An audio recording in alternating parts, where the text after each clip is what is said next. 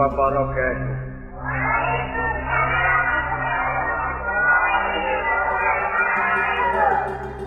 Bismillahirrahmanirrahim. Alhamdulillahi rabbil alamin.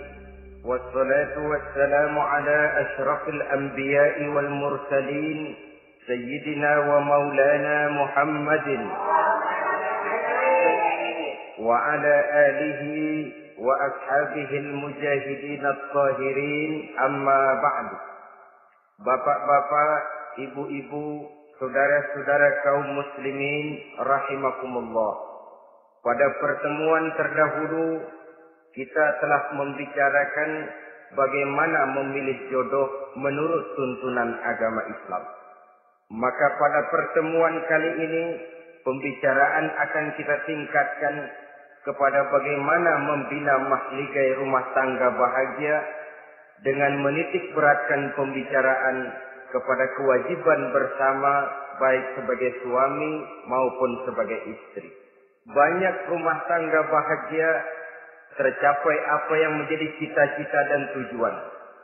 Tetapi tidak jarang rumah tangga yang tenggelam sebelum sampai ke pantai yang akan dituju. Pada saat-saat perkenalan seseorang dalam usahanya mencari jodoh, dia merasa bahwa pasangannya itulah yang akan memberikan kebahagiaan kepadanya. Hari-hari di mana terjadi pertemuan selalu menjanjikan dan menyanyikan keindahan. Bahkan sehari tak bertemu rasa seminggu, seminggu tidak bertemu rasa sebulan, sebulan tidak ketemu pingsan. Tidak ada tanda-tanda sesuatu itu akan menjemukan. Namun setelah memasuki kehidupan bahtera berumah tangga, baru beberapa bulan saja atau baru beberapa tahun saja, semua impian tadi sirna dan musnah. Bahagia yang disangka, sengsara yang datang menimpa. Keindahan yang diharap, malah kemalangan yang tumbuh. Hal ini disebabkan orang tidak meresapi hikmah daripada kehidupan berumah tangga, tidak menyadari tanggung jawab dan kewajiban yang akan berbuntut tidak timbulnya saling pengertian, dan pada akhirnya tidak akan tumbuh ketenangan di dalam rumah tangga itu. Bukankah kewajiban akan saling memberikan pengertian, pengertian membawa ketenangan, dan ketenangan adalah tangga utama untuk mencapai rumah tangga bahagia. Oleh karena itu, kita mulai saja dengan kewajiban sebagai seorang suami di dalam memimpin rumah tangga bahagia ini. Yang pertama, kewajiban seorang suami ialah mempergauli istrinya dengan baik. Setiap suami, manakala selesai dia mengucapkan ijab dan qabul di hadapan tuan pengulu atau tuan qadhi, maka ia pun mengucapkan sighat ta'liq yang berisi perjanjian dari seorang suami bahwa ia akan mempergauli istrinya dengan baik, muasyarah bil ma'ruf menurut tuntunan syariat agama Islam. Walaupun janji itu pada zahirnya diucapkan di hadapan tuan pengulu, namun pada hakikatnya itu merupakan janji seorang muslim kepada Allah Subhanahu wa taala. Ini tidak lain karena nikah dalam pandangan Islam merupakan sesuatu yang sakral, merupakan sesuatu yang suci dan bagian daripada ibadah kepada Allah Subhanahu wa taala. Dalam surah An-Nisa ayat 19, Allah Subhanahu wa taala memberikan bimbingan. Ya ayyuhalladzina amanu la yahillu lakum an tarithun nisaa karha. Hai orang-orang yang beriman, tidak dibolehkan bagi kamu mengambil perempuan secara paksa. Dengan kata lain, pernikahan harus dilaksanakan atas dasar suka sama suka. Tidak ada pihak yang terpaksa dan tidak ada pula pihak yang dipaksa. Kita hidup tidak lagi di satu zaman seperti zamannya Siti Nurbaya.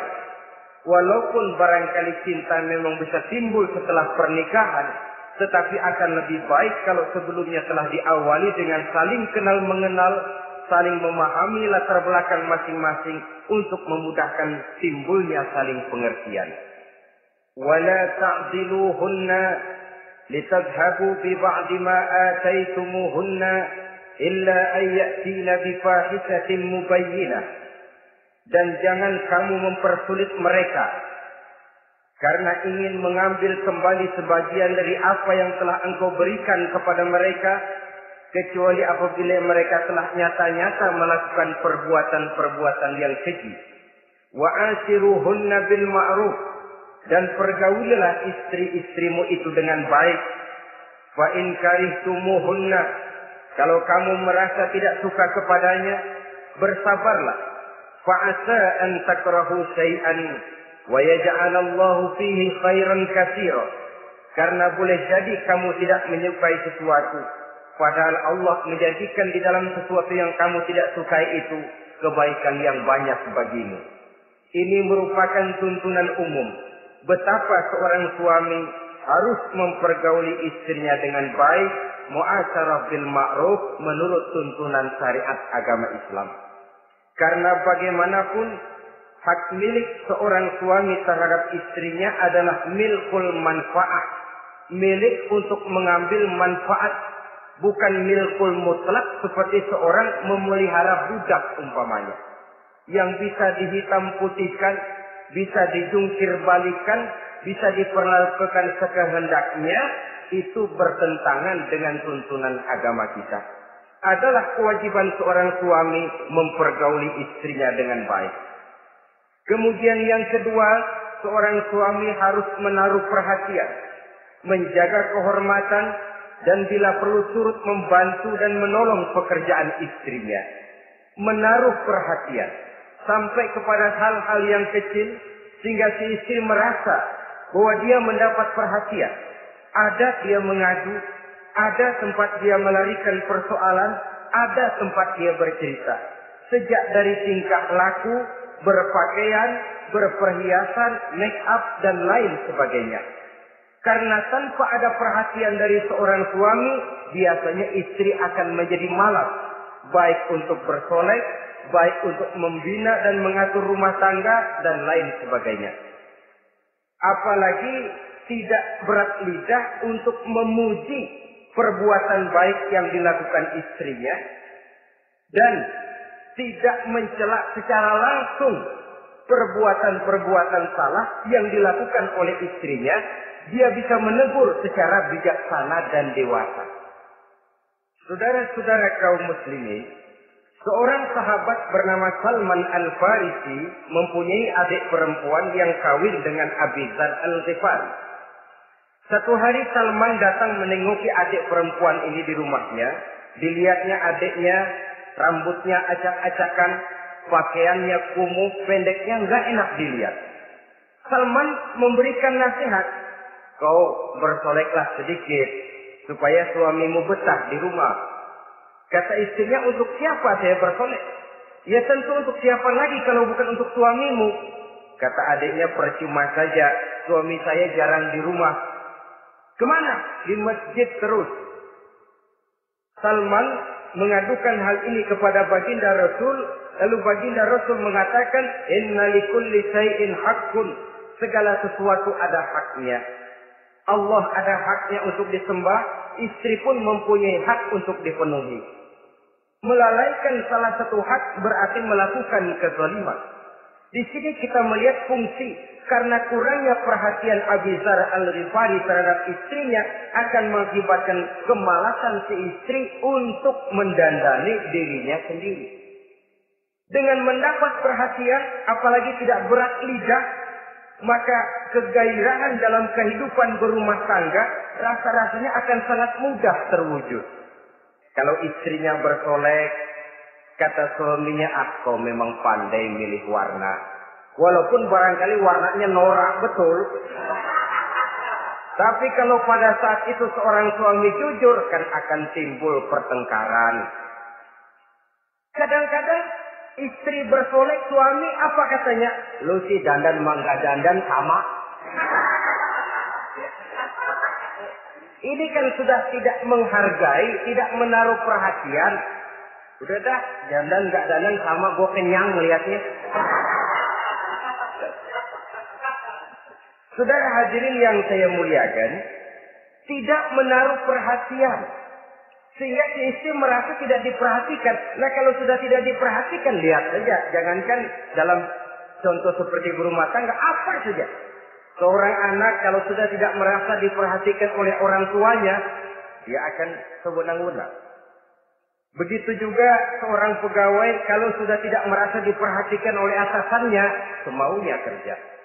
Pun seorang istri, kalau dia merasa sudah tidak diperhatikan oleh suaminya, akibatnya dia akan dandan semaunya, dia akan ngurus rumah tangga semaunya, dia akan memasak masakan semaunya. Nah kalau sudah semaunya begini, alamat tidak akan ada keharmonisan di dalam kehidupan rumah tangga itu sendiri. Suami yang baik sangat menaruh perhatian kepada istrinya. Dari hal yang kecil sampai pun kepada yang sebesar-besarnya. Tapi tidak berarti nyeleneh. Apa itu nyeleneh? Menaruh perhatian bukan selalu mau ingin tahu. Jangan lantas suaminya yang beliin bedak, suaminya yang beliin. Itu nyeleneh namanya. Overacting. Terlalu berlebih-lebihan sampai kepada sesuatu yang tidak pada tempatnya. Di samping menaruh perhatian juga menjaga kehormatan. Dan bila ada waktu, dia turut membantu, menolong pekerjaan daripada istrinya. Bukankah seorang perempuan mau melakukan nikah dengan seorang laki-laki karena dia mendambakan hidup yang bahagia? Terus terang saja kan kadang-kadang istri kita ini lebih banyak borongan. Yang saya maksud borongan artinya ya sebagai istri ya dia, ya nyuci ya dia, ya masak ya dia, ya membersihkan rumah tangga ya dia. Istri borongan. Baiklah kalau barangkali memang kondisi ekonomi kita belum menunjang ke arah sana. Walaupun istri berkewajiban untuk taat kepada suami, tetapi adalah wajar suami pun tenggang rasa dan timbang-timbang. Rasulullah saja kadang-kadang dan tidak jarang menjahit bajunya sendiri, memperbaiki kasutnya sendiri. Artinya pada waktu yang terluang dan memang bisa dilakukan, jangan mengandalkan kepada istri. Dengan demikian istri merasa bahwa resiko membina rumah tangga adalah merupakan resiko bersama.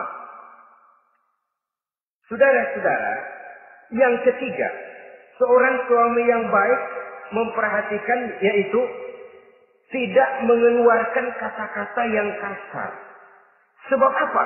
Perempuan adalah makhluk yang paling cepat tersinggung. Perasaannya sangat halus. Dan saya kira perempuan itu lebih sakit ditampar dengan bahasa daripada ditampar dengan tangan. Kalau ditampar dia dengan tangan, urusannya paling nangis 2-3 jam sudah sembuh.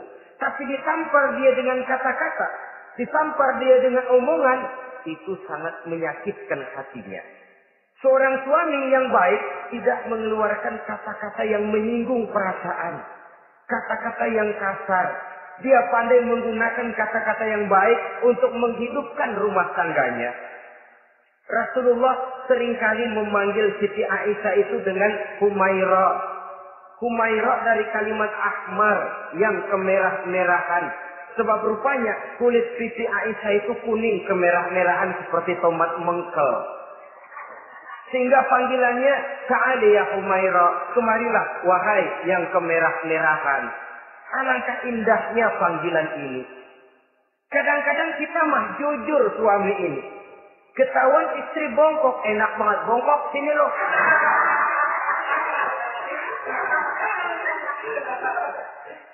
Jujur tapi nyakitin.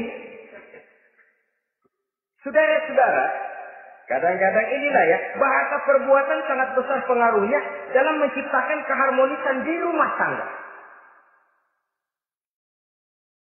Pacaran mah manggilnya yang, mau kemana yang? Udah endah aja udah. Begitu berumah tangga masih indah kakanda. Punya anak satu, bapaknya anak-anak. Punya anak dua, bapak lo. Sudah 3 anaknya, bapak hilang eluh manggilnya. Panggilan ini mengalami pergeseran. Nah begitu juga suami. Ketika pacaran bukan main. Ketika baru melakukan akad nikah sedang honeymoon bulan madu, asik betul. Kemana-mana selalu bersama. Kondangan selalu bersama. Resepsi pergi bersama. Jalan bergandengan tangan. Istri sedikit terpeleset. Khawatir bukan main. Hati-hati yang.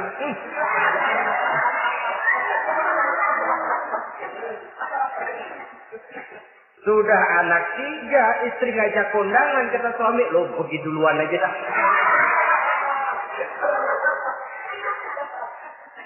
Pulang kondangan, istri laporan, bang saya terpeleset. Emang lo mau mampus?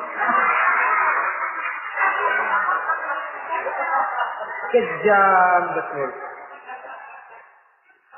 Hilang panggilan yang tadinya begitu mesra. Saudara hadirin yang saya muliakan, ini kata-kata. Kelihatannya kecil, sederhana, tapi sangat besar pengaruhnya dalam menciptakan rumah tangga yang bahagia ini. Oleh karena itu, soal isi hati kita, itu urusan gaib yang tahu cuma Allah. Orang lebih dahulu lihat penampilan, dan dari penampilan ini yang dinilai adalah kata-kata kita. Oleh karena itu, seorang suami yang baik, dia tidak mengeluarkan kata-kata yang menyinggung perasaan. Kalaupun dia marah betul, dia tidak mencaci maki secara langsung. Dia bisa menggunakan kata-kata kiasan. Maka agama memberikan tuntunan, kalau seorang suami marah, jangan memukul muka. Dan mukul pun bagian terakhir. Jangan jalan pertama. Kadang-kadang ada juga loh Pak, suami marah sama istri persis korambil gebugin maling. Aduh, gelebuk gak karuan. Jangan, kata agama, kalau kau memang ya melihat tingkah laku istrimu yang tidak enak, tegur dengan kata-kata lemah lembut. Lemah lembut tidak bisa, sedikit keras. Sedikit keras masih nekat, bentak. Bentak pun tidak bisa juga, pisah tempat tidur. Pisah tempat tidur masih tidak bisa juga, pukul. Jangan mukanya, bagian lain dari tubuh. Itu pun tujuannya bukan untuk menyakiti, tapi untuk mendidik. Saudara hadirin, misalnya istri tidak sholat, suami tampil, bu sholat. Mbok ya malu sama tetangga kalau tidak sholat. Dengan lemah lembut masih tidak kena. Besok kencengan dikit ngomongnya. Mari kan udah saya bilangin sholat. 2 kali, belum mau juga. Oh sholat jadi. Mulai naik tensi omongan. Masih nekat. Begini saja. Saya dari kalem sampai bentak udah. Sekarang kamu nggak mau juga sholat, saya mulai nggak enak pikiran. Mulai ntar malam kamu tidur kamar depan, saya kamar belakang. Pisah tempat tidur. Kadang-kadang kan nggak kuat emosi kalau sudah marah sama istri, ngebludak kalau istri diusir, sudah pulang ke rumah moyangmu.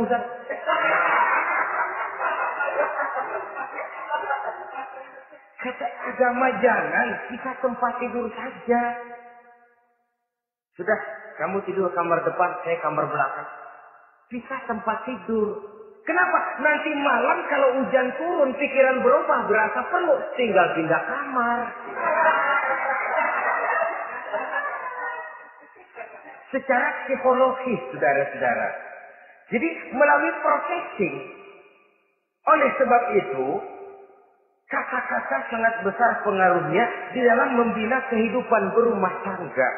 Seorang suami yang baik tidak mengeluarkan kata-kata yang bisa menyinggung istrinya. Sebaliknya, istri pun demikian. Tidak mengeluarkan kata-kata yang bisa menyinggung perasaan suaminya. Sebab lebih dosa besar kata-kata istri yang menyinggung suaminya, walaupun sama dosanya ya. Tapi lebih besar ketersinggungan seorang suami ketimbang seorang istri itu. Namun agama memberikan tuntunan, suami lebih dahulu yang diajar. Jangan mengeluarkan kata-kata yang bisa menyinggung perasaan. Baik itu menyangkut dandanan istri, caranya pakaian, caranya jalan, ataupun masakannya. Masakannya sekalipun tidak kita sukai, ya ndak usah. Misalnya sayur keasinan, begitu dicobain menteleng mata pelatat, lotot keasinan. Ndak usah lantas tolak pinggang lu masak lotot ya. Ndak usah. Saudara hadirin yang saya muliakan, jadi itu dari segi masakan. Dari segi pakaian, umpamanya istri kita berpakaian tidak sesuai dengan tuntunan agama, cukup kita bisa berkata, pakaianmu sebenarnya bagus, motifnya, potongannya, kainnya, cuma mbok kok kelihatannya kok potongan badanmu kok kelihatan betul dengan terbungkus pakaian seperti itu. Alangkah lebih baiknya, nah, dengan demikian istri nggak terlalu tersinggung. Daripada sudah dandan bagus-bagus, lalu si suami mau berkata yang gak enak. Bagus lo kayak nangka dikerosorin.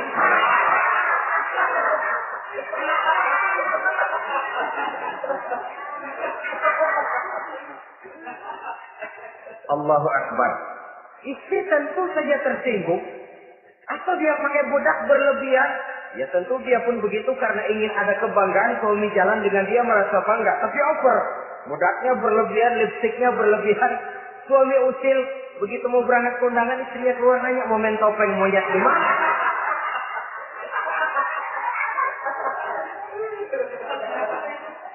Tentu dia akan tersinggung karenanya. Jadi saudara-saudara, ini yang ketiga. Yang keempat, seorang suami yang baik jangan memberikan pekerjaan di luar batas kemampuan istrinya. Loh, tugas istri itu nyaris 1 kali 24 jam. Seorang suami, bagaimanapun payah dia bekerja, pulang dia bisa istirahat, tidur malam dia bisa tidur dengan nyenyak. Tapi seorang istri, apalagi dia punya anak kecil, bayi misalnya, itu nyaris jam kerjanya 1 kali 24 jam.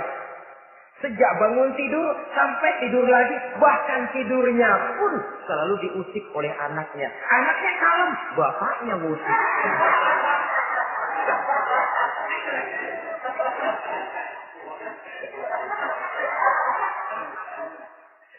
Jadi jangan memberikan pekerjaan di luar batas kemampuan. Kata pepatah, "Iza aradta an tuta'a fasal ma yustata'." Apabila kamu ingin ditaati, perintahkan apa yang orang mampu mengerjakan. Jadi kalau kita memerintahkan seseorang untuk melaksanakan sesuatu yang dia jelas tidak mampu, itu artinya sama dengan kita tidak ingin ditaati oleh orang itu. Bukan dia tidak mau taat, jenis pekerjaan yang kita berikan di luar batas kemampuannya. Nah kalau sudah begitu, tentu saja lalu ketaatan akan menurun jadinya. Tadi sudah saya katakan, kadang-kadang istri kita ini istri borongan. Dalam arti, ya dia masak, ya dia nyuci, ya dia ngepel, ya dia ngejemur, ya dia ngetriska. Borongan. Terlalu berat tugasnya. Oleh karena itulah seorang suami yang baik, dia harus tenggang rasa, timbang diri, tidak memberikan pekerjaan yang di luar batas kemampuan daripada istrinya. Kalau tidak mampu karena merasa dimanjakan oleh istri suaminya. Karena merasa dapat angin dimanjakan, mestinya mampu, lalu berpura-pura tidak mampu. Apalagi suaminya sedikit-sedikit mau menolong dia. Jadi posisi ini nanti bisa berbalik. Karena terlalu memanjakan istri, istri bisa membludak. Akhirnya suami yang nyuci, suami yang menderita, istri tidur. Walaupun tentu saja tidak jelek, tetapi itu sudah overacting namanya. Saudara hadirin yang saya muliakan, itu yang keempat. Yang kelima, kewajiban seorang suami yang baik, ia mencukupkan belanja rumah tangga. Cukup itu relatif. Cukup menurut ukuran standar kemampuan kita. Sebab kemauan kita mungkin tidak terbatas. Tapi kemampuan kita yang terbatas. Kalau kemampuan ini bisa kita ukur dengan kemampuan, insya Allah kita cukup. Dan pernah saya katakan, orang kaya adalah orang yang hidupnya paling cukup. Salah kalau kita berkata orang kaya itu yang rumahnya gedung bertingkat. Tidak betul orang kaya itu yang mobilnya 5, yang gajinya jutaan, yang kebunnya lebar, yang pabriknya luas. Tidak. Orang kaya, orang yang hidupnya cukup. Orang miskin, orang yang selalu merasa kurang. Jadi kalau ingin jadi orang kaya, resepnya gampang sekali. Cukup dengan apa yang diberikan Allah, kita sudah kaya. Tapi kalau ingin miskin, maka bukalah mata selebar-lebarnya. Bagaimanapun banyak nikmat Allah diberikan kepada kita, tidak pernah ada rasa cukupnya. Dikala itu akan tertanam sifat kemiskinan dalam diri. Maka ukuran cukup ini yang relatif. Jadi kalau kita memang ekonomi menengah ke bawah, jangan ingin cukup seperti halnya ekonomi menengah ke atas. Nah, saudara-saudara, di samping belanja rumah tangga yang menyangkut makan, minum, pakaian dan sebagainya, bila ada kelebihan rezeki, juga perhiasan untuk istri. Karena istri itu zinatul hayati dunia, perhiasan hidup di dunia. Jangan lalu berat hati, kan suami yang peras keringat, banting tulang, pergi pagi pulang sore. Mestinya suami dulu dong cukupi pakaiannya. Betul, kelihatannya memang begitu. Tapi jangan lupa, istri kita bagian daripada hidup kita. Baik dia dilihat orang, baik kita disebut orang. Jelek dia dipandang orang, jelek juga kita disebut orang. Dia adalah bagian daripada kehidupan kita. Orang kan sering bilang tuh, Mpo Ano, kenapa? Gue gerah banget melihatnya. Emang kenapa? Emang kenapa dia? Ke pasar pakai kutang doang.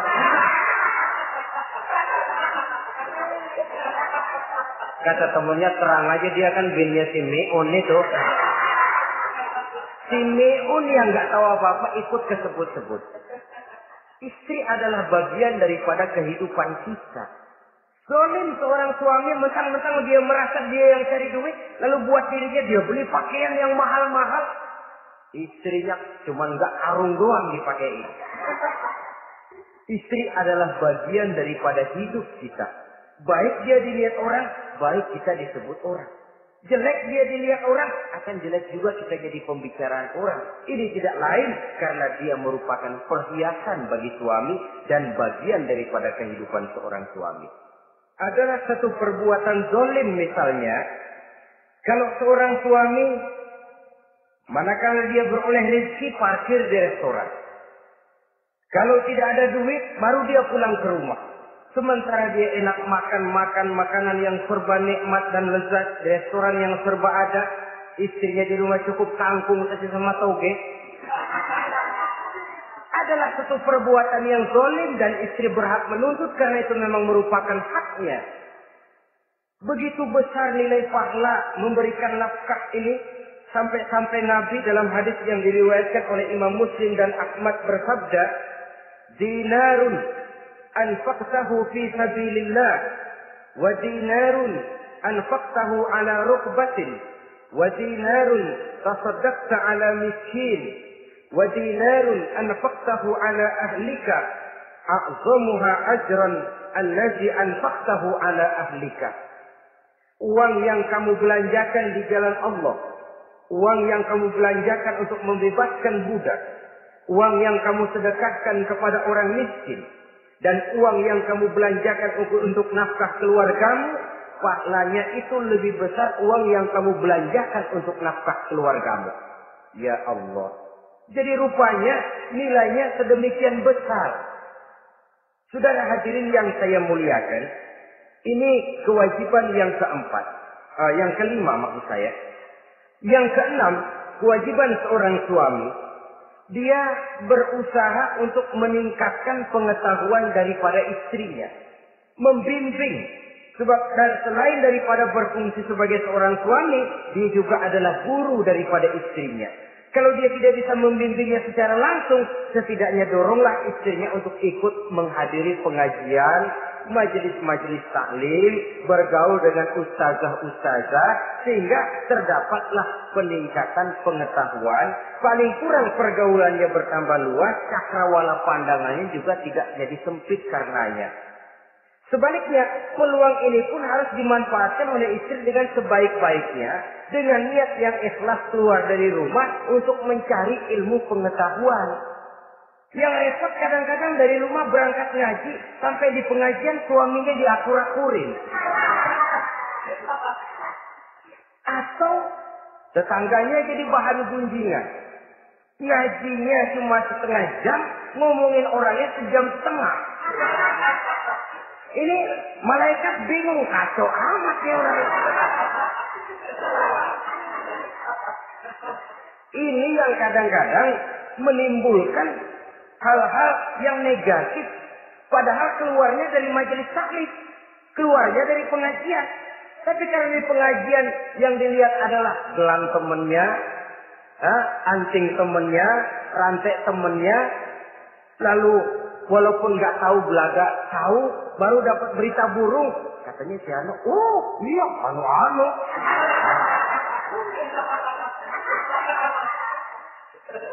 Saudara hadirin yang saya muliakan, akhirnya nanti kan suami jadi pegel.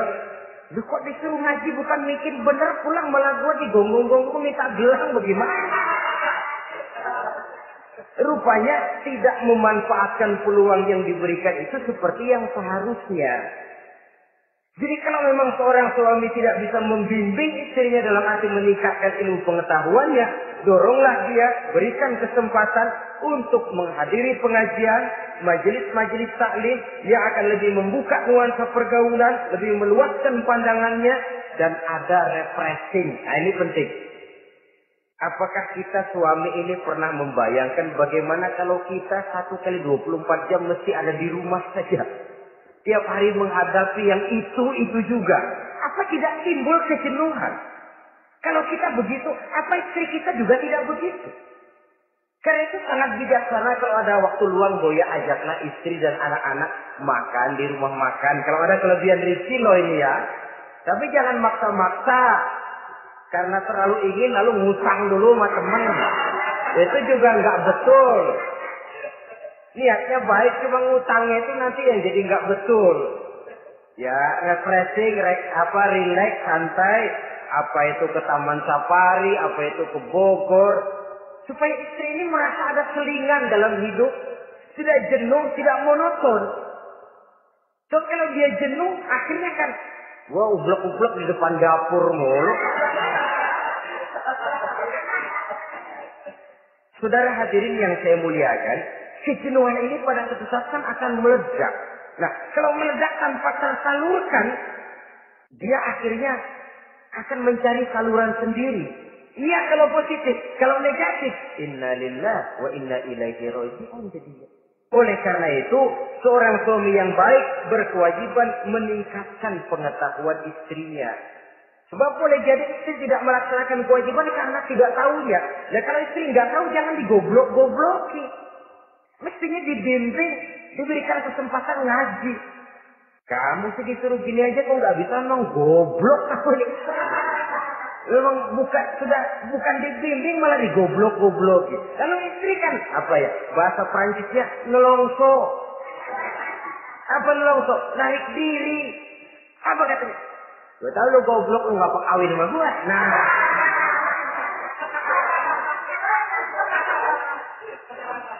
Atau pada kata yang lebih gak enak, gue digoblok-goblokin juga, dipakai juga. Nah.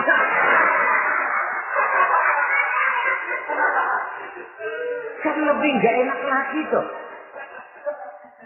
Jadi saudara-saudara, hal-hal yang memerlukan kesabaran ini memang menuntut kedewasaan dari seorang suami. Dia kalau baru 1-2 bulan berumah tangga, segalanya masih menjanjikan dan menyanyikan keindahan. Tapi makin hari kita bergaul di rumah tangga, kita makin tahu karakter, mental, watak daripada istri. Kekurangannya mulai kelihatan, keburukan wataknya mulai nampak. Dikala itulah kita sebagai suami harus dewasa, sabar, membimbing mereka. Kalau waktu 2-3 bulan pertama di rumah tangga namanya honeymoon, segalanya indah. Mana ada kekurangan? Masa keasinan, lezat. Nasi kekerasan, asyik. Segalanya nggak pernah salah, selalu betul. Suami istri masak keasinan, lihat si suami melotot makan, nanya, bang sayur keasinan? Enggak. Soal keasinan bagus. Keasinan masih bagus. Kenapa? Udah endah aja. Tapi mampukah ini bertahan? Ini yang jadi masalah. Mempertahankan suasana kebaruan itu.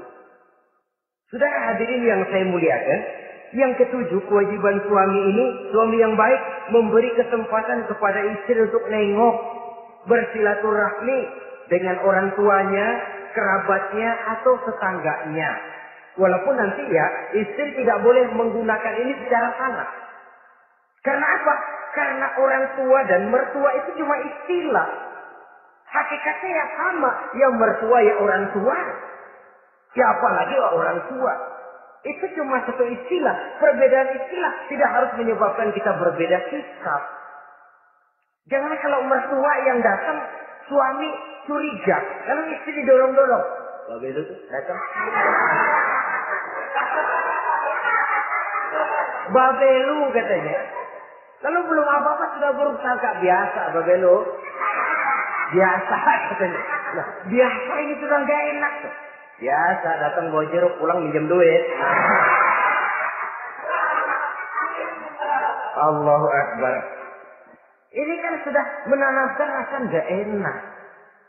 Malah akan lebih baik kalau mertua yang datang, suami menyambut lebih dahulu. Sehingga akan nampak kecintaannya. Tidak lagi membedakan antara mertua dengan orang tua karena cuma sekedar istilah. Memberikan kesempatan. Dan seorang istri pun, walaupun akan ke rumah orang tuanya sendiri, izin suami itu wajib. Jangan merasa, saya kan mau ke rumah orang tua sendiri. Kepada orang tua kan ibadah, wajib, betul. Tapi setelah punya suami, ranking pertama suami. Bukankah saudara pernah dengar satu riwayat, seorang sahabat akan pergi jihad di jalan Allah, perang membela agama. Ketika akan berangkat, dia pesan sama istrinya, aku mau perang, membela agama. Aku pesan, kalau aku belum pulang ke rumah, kau jangan keluar rumah. Baik bang, berangkatlah si suami dengan iringan doa istrinya. Nah, ini istri yang baik ya. Suami pergi kantor, istri doa. Di situ letak kerjasama. Suami buka warung, istri sembahyang duha. Di situ letak kerjasama. Ya Allah, kata istri dalam doanya itu, mudahkan rezeki suami saya. Kalau memang rezekinya masih di langit, turunin ya Allah. Kalau masih terpendam di perut bumi, keluarkan ya Allah. Kalau masih jauh, dekatkan ya Allah. Ikhlas melepas suami dengan iringan doa. Suami pun berusaha lapang terasa jalannya. Tapi kalau dari berangkat keluar rumah sudah dilepas oleh bemo. Tahu bemo? Moyo. Itu suami berangkat juga hatinya sudah kusut. Sudah tidak dilepas dengan doa. Lalu istri juga barangkali suaminya berangkat ngedumel. Ya, jangan dikasih rezeki dah Tuhan, tadi dikasih rezeki gak kawin lagi. Nah.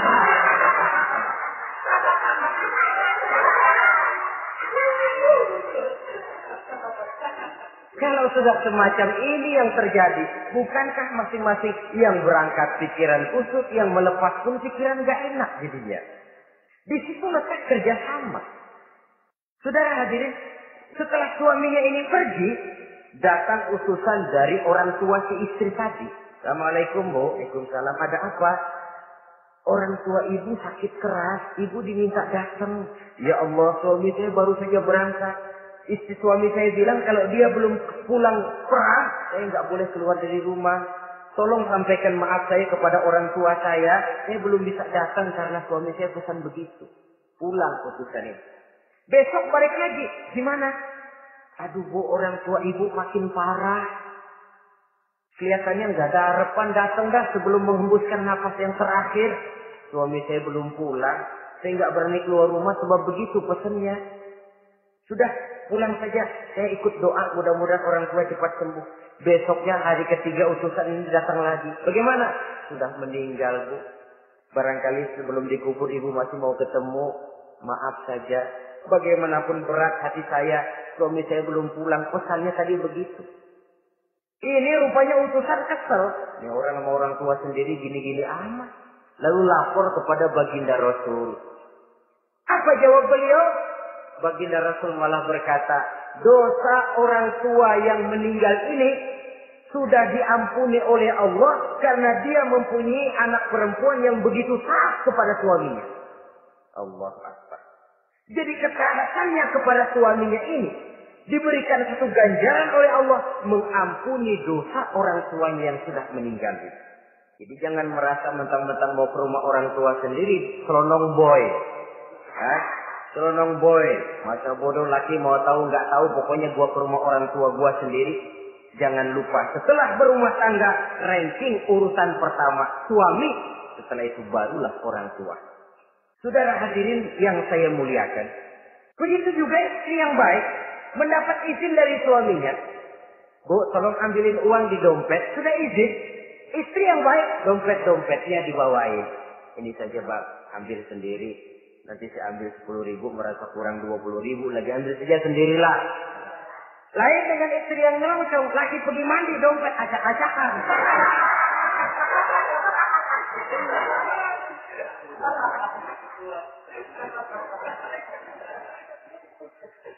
Saudara hadirin yang saya muliakan, baik silaturahmi itu kepada orang tua atau kerabat, famili, andai tolan, keluarga lain, ataupun tetangga. Tetangga itu perlu sepanjang dia menghasilkan nilai-nilai positif. Karena memang kita makhluk bermasyarakat. Yang tidak boleh kalau dengan bertetangga itu lalu menghasilkan hal-hal yang negatif. Saudara hadirin, yang kedelapan, seorang suami yang baik wajib bersikap lapang dada dan sabar menghadapi kekurangan-kekurangan yang ada pada istrinya. Lapang dada dan sabar. Sebab memang membangun manusia itu lebih sulit dari membangun jembatan. Kalau memperbaiki jembatan mungkin seminggu 2 minggu selesai. Tapi memperbaiki watak seseorang memerlukan waktu lama. Prosesnya diperlukan kesabaran, sikap lapang dada dan sebagainya. Seorang suami harus bersikap lapang dada dan sabar menghadapi kekurangan-kekurangan yang ada pada istrinya. Dan kekurangan-kekurangan itu tidak lalu dia ceritakan kepada yang lain. Kan ada toh kadang-kadang suami kalau ngobrol sama temennya, kekurangan istrinya jadi topik diskusi. Ini gue payah banget dah. Lu nggak ada yang nanya, istrinya dipayahin di mana-mana. Kayaknya nggak malu. Mengorek aib sendiri kan menepuk air di dulang, toh itu artinya. Kalau aib istri kita ceritakan di mana-mana, bukankah artinya kita juga menceritakan aib kita sendiri? Karena istri bagian daripada kehidupan kita. Sebagaimanapun seorang istri tidak wajar menceritakan aib dan kekurangan suaminya di mana-mana. Malah dia harus menutupi. Malah kelemahan-kelemahan dan kekurangan suaminya harus dia jaga. Dia tetap bangga. Di mata saya suami saya adalah Arjuna yang tidak punya kekurangan apa-apa. Kalaupun orang bawakan berita, tidak betul itu. Walaupun hatinya panas, tapi dia masih bisa menunjukkan wajah yang sejuk, senyum dalam hati yang panas. Sebab saudara-saudara, apabila kita tidak punya filter, ini kadang-kadang kita mau tenang, kita bisa dibakar oleh yang lain. Tapi kalau ada filter, kita bisa menyaring, boya masa iya. Sehingga dengan demikian, sikap lapang dada dan kesabaran ini, walaupun diutamakan adalah merupakan kewajiban suami, juga sekaligus merupakan imbangan daripada si istri. Nah, kemudian yang ke-9, seorang suami wajib berpenampilan bersih dan rapi di hadapan istrinya. Sehingga tanpa anggun. Anggun ini lalu menimbulkan wibawa. Nah, dari wibawa lahir rasa hormat. Tapi kalau suami di depan istrinya kelihatan butut, rebek, jelek, belek,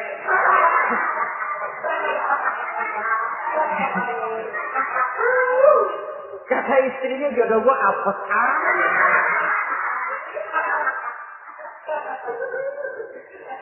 Tidak akan timbul kewibawaan. Nah kalau sudah tidak timbul wibawa, ya bagaimana si istri itu akan merasa dia wajib taat kepada suami. Saudara hadirin yang saya muliakan, jadi ternyata penampilan bukan cuma kewajiban istri. Seorang suami juga harus mengimbangi itu.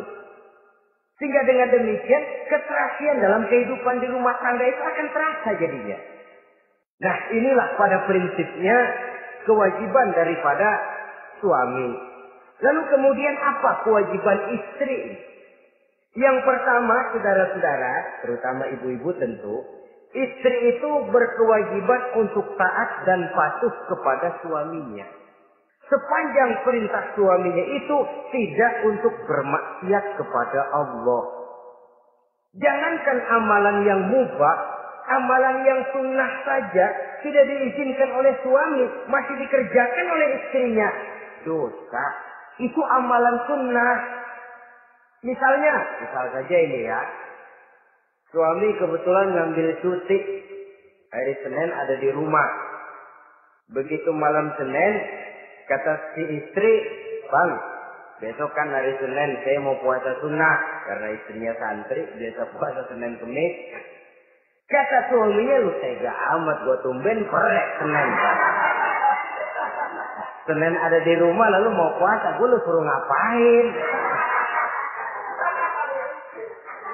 Umpamanya loh ya, umpama. Lalu tanpa izin si suami, istri puasa juga, puasa sunnah.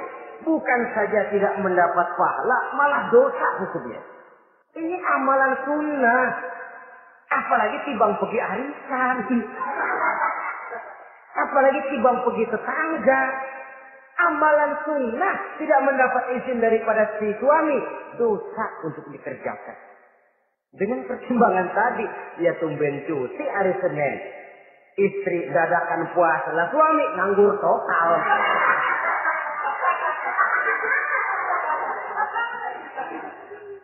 Saudara hadirin yang saya muliakan, Nabi bersabda, "Ayyuma imra'atin matat wa zawjuha anha radin illa dakhalatil jannah." Apabila seorang istri, seorang perempuan meninggal dunia, suaminya ridho kepadanya, maka perempuan itu pasti masuk surga. Ini artinya kalau seorang perempuan meninggal dunia, ya dia suka ngaji, ya puasa Senin Kemisnya rajin, ya sujudnya hebat, tapi dia meninggal suaminya enggak ridho, pintu surga belum dibukain sampai suaminya ridho kepadanya. Ini begitu besar kewajiban untuk taat. Nah, di sini suami wajib ngimbangi. Jangan mentang-mentang istri wajib taat, lalu suami overacting, kerjanya cuma tulak pinggang sama nunjuk. Loh, kalau gua bilang nyungsep. Ya enggak. Contoh dari baginda Nabi tadi sendiri kok. Beliau itu menjahit bajunya, memperbaiki kasusnya. Yang bisa, ya kerjakan, nggak usah ngandeli. Saudara hadirin, yang kedua, seorang istri berkewajiban untuk memperlihatkan budi pekerti yang baik kepada suaminya. Nah, budi pekerti itu yang baik yang bagaimana? Yang diisyaratkan oleh Nabi. Apa kata beliau? Khairun nisa, perempuan yang baik ialah man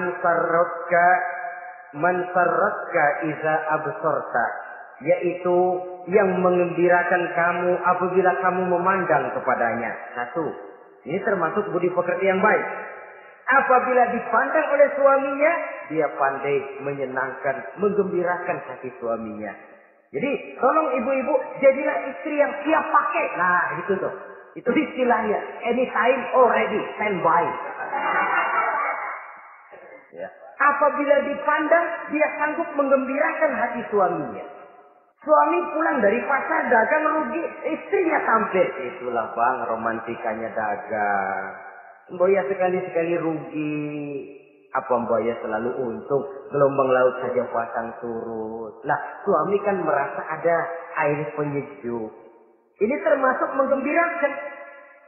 Jangan suami sudah pulang dari pasar rugi, itu panjang, ngos-ngosan sampai rumah istri keramah. Lasar lu laki goblok.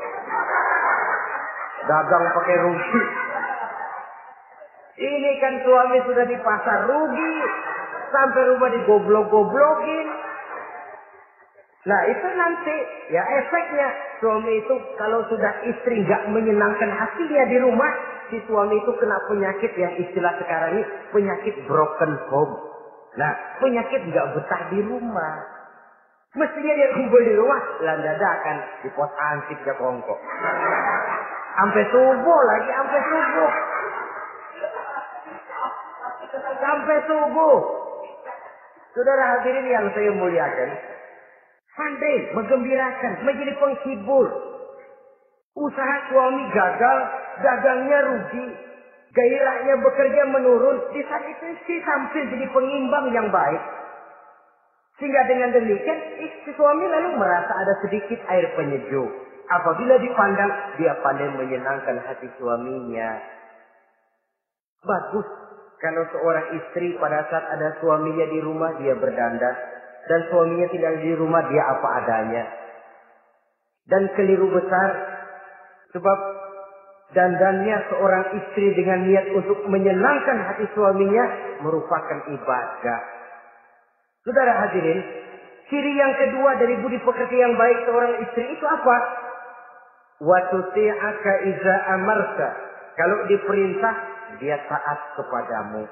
Diperintah, dia taat sepanjang perintah itu tidak untuk bermaksiat kepada Allah. Yang ketiga lagi cirinya watahfazu ghibataka fi nafsiha wa malika. Dia dapat menjaga diri baik pada waktu kamu tidak ada. Baik menjaga dirinya sendiri ataupun menjaga hartamu. Tidak menggunakan kesempitan di dalam kesempitan. Ini ciri dari budi pekerti. Yang ketiga, sekarang kewajiban seorang istri dapat mengatur rumah tangga dengan baik dan rapi. Mengatur rumah tangga itu kan tidak perlu biaya yang mahal-mahal. Asal ditempatkan pada tempat yang serasi, komposisi warna yang cocok, tidak perlu perhiasan yang mewah-mewah. Orang lalu terkesan, rumahnya ini sejuk ya. Kenapa? Tata ruangannya kok enak dilihat, apik. Enggak karena mentang-mentang semua kepengen dilihat orang, semua ditaruh di ruang tamu. Sampai tempayan piring naik ke ruang tamu semua. Walaupun mahal, tapi kalau tidak pada tempatnya kan orang lalu, ini kok terlalu amat ya. Dapat menata. Dan menata ini tentu karena pergaulan. Saudara hadirin yang saya muliakan, sehingga dengan demikian ada suasana kebetahan. Orang di rumah itu merasa seperti, itulah yang dikatakan Nabi, baiti jannati, rumah tanggaku laksana surga bagiku. Laksana kebun, tempat di mana kita melepaskan lelah. Tempat di mana kita menemukan ketenangan. Tempat di mana kita menemukan refreshing dari segala kejenuhan dan kelelahan akibat tugas-tugas yang kita hadapi. Baik di kantor, di tengah masyarakat, di pasar, dan lain sebagainya. Yang keempat, jangan menambah kesulitan suami. Syukur kalau malah bisa membantunya. Bahwa ada seorang istri yang bekerja, itu bagus. Asal bisa menjaga diri dan bisa menjaga kepercayaan dan kehormatan daripada suaminya. Dan suami pun yakin bahwa jenis pekerjaan yang dikerjakan oleh istrinya itu tidak bertentangan dengan agama. Tapi malah kalau si suami yang mempekerjakan istrinya, mengeksploitir istrinya, ini zolim. Istrinya yang disuruh kerja. Suami ongkang-ongkang kaki di rumah. Istrinya yang keras keringat banting tulang. Ya kalau kerja, kalau dikerjain, lebih parah lagi. Kan tidak sedikit toh problema rumah tangga semacam ini. Sehingga dengan demikian akhirnya apa? Kendali rumah tangga di tangan istri. Karena istri merasa dia yang cari duit. Istri merasa dia yang berusaha. Kenapa dia tidak mengendalikan rumah tangganya? Dikala itu jatuhlah suami di bawah komando istrinya. Hilang wibawa, hilang karisma, tidak ada ketakutan. Malah akhirnya berbalik seolah-olah si suami jadi istri dan si istri menjadi suami. Apalagi di zaman seperti sekarang. Walaupun pekerjaan sulit, tapi mereka yang punya wajah cantik, mudah senyum, gampang bergaul, dan mau obrol. Tentu banyak saja lapangan kerja yang nyata-nyata bertentangan dengan agama. Nah, yang terakhir, kewajiban daripada istri ialah hemat, cermat, rajin, dan pandai menyimpan. Kalau dia dibelikan perhiasan oleh suaminya, niatnya tidak lain. Pertama, menyenangkan hati suaminya. Yang kedua, berjaga-jaga kalau nanti ada kesulitan, toh perhiasan ini bisa dimanfaatkan. Tidak untuk show, tidak untuk sombong-sombongan, tidak untuk hebat-hebatan, tapi dua hal yang jadi pilihan utama tadi.